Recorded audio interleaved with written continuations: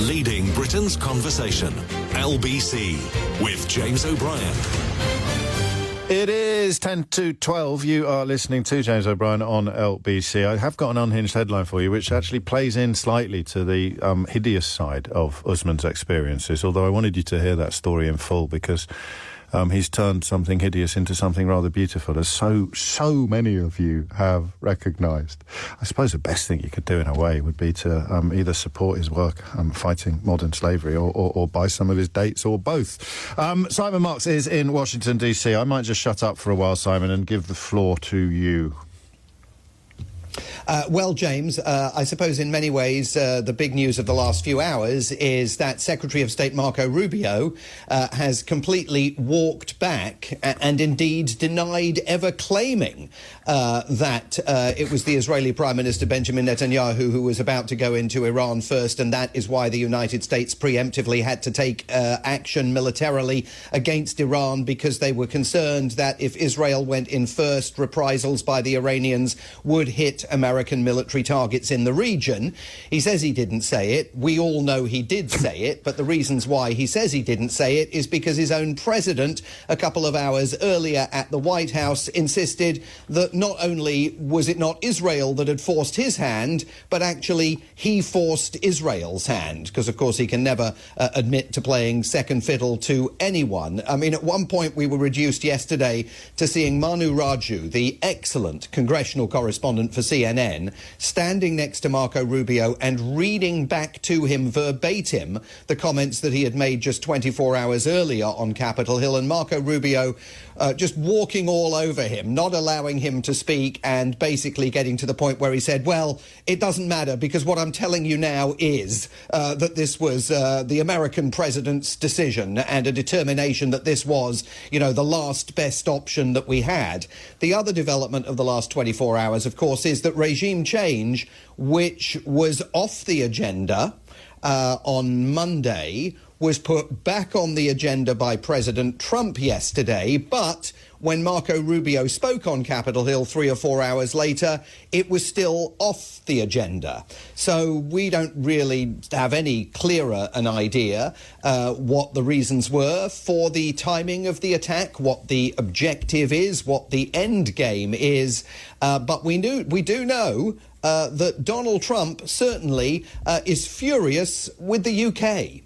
It's taken 3-4 days for us to work out where we can land there. It would have been much more convenient landing there as opposed to flying many extra hours. So we are very surprised. This is not Winston Churchill that we're dealing with. The UK has been very, very uncooperative with that stupid island that they have, that they gave away and took a 100-year lease, having to do with perhaps indigenous people claiming the island that never even saw the island before. What's that all about? And they ruin relationships. It's a shame. I mean, that almost sounded at the end there as though he was burying the bilateral relationship between the United States and the UK, as Lord Mandelson's successor, Christian Turner, the new British ambassador here, spends only his second full week in the job. Sir Keir Starmer is no Winston Churchill. We can all debate that. But there's one thing I suspect we can all agree on, and that is that Donald Trump, as many people in my social media timeline were suggesting yesterday, certainly ain't no FDR. He forgot the name of the island, didn't he? Yes, of course. Well, at one point, when he started talking about the island, I thought he might be talking about Cyprus. Yeah. I mean, it wasn't clear at all. And then it became apparent that he was once again going on about the Chagos Islands. And there's that point in his appearance yesterday where he refers witheringly to the indigenous people of the Chagos. Yeah, you could hear it in his voice. You can hear the He hates that word. Racism He in hates his that voice. word, doesn't he? Yeah. Oh, he hates those people. Absolutely. It was astonishing. Indigenous. You won't know this because you would have been asleep, but we opened the show this morning by explaining that in one way, none of this matters, because tomorrow he could be describing Keir Starmer as the best thing since sliced bread.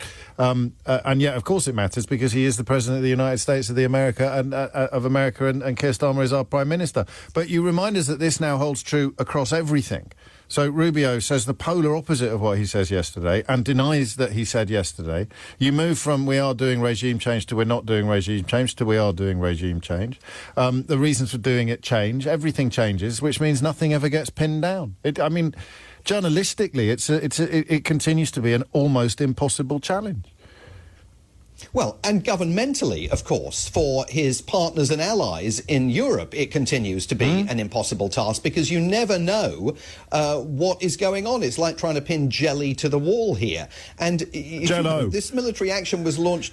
Jello, yeah, exactly. This military action was launched on Saturday. It's now Wednesday. There is still no cogent explanation here for what the plan is, how this ends. He was musing yesterday about who might end up governing Iran when it became apparent that regime change was back on the table.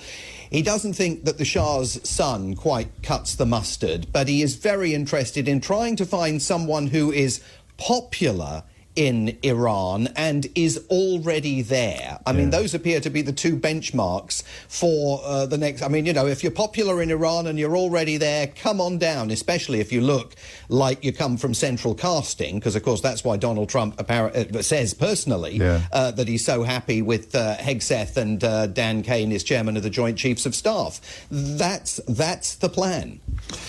Speaking of Hegseth... Yes, so there's been a very, very interesting report released by an organisation called the Military Religious Freedom Foundation, which, as its name suggests, monitors the separation of church and state and attacks on it within the military. And it has had scores of complaints since this conflict began.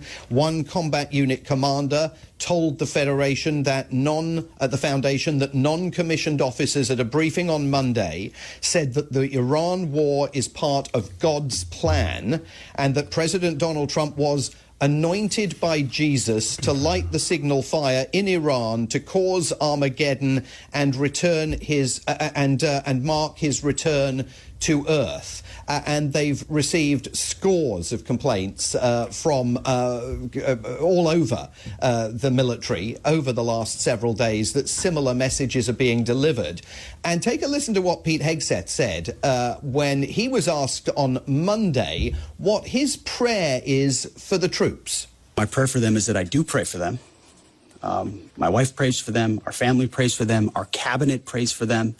None of this is done on a whim. Having been in their boots, having been in their shoes, having been in their flight suits, I know we think about them with every decision that we make and every recommendation that we make to the President of the United States. Those recommendations are made prayerfully. And when I pray every day for them and for this mission, I pray simply for the biblical wisdom to see what is right and the courage to do it. So as we engage in a plan to topple a theocracy in Iran, we are praying for the biblical wisdom to do it the right way. Simon Marks, thank you. Must be a different Bible from the one I read. Thou shalt not bear false witness. Thou shalt not commit adultery. Thou shalt not covet thy neighbour's wife or daughter. Thou shalt not kill. That's just 4 off the top of my head. I imagine the other 6 might be pertinent as well, but we are out of time.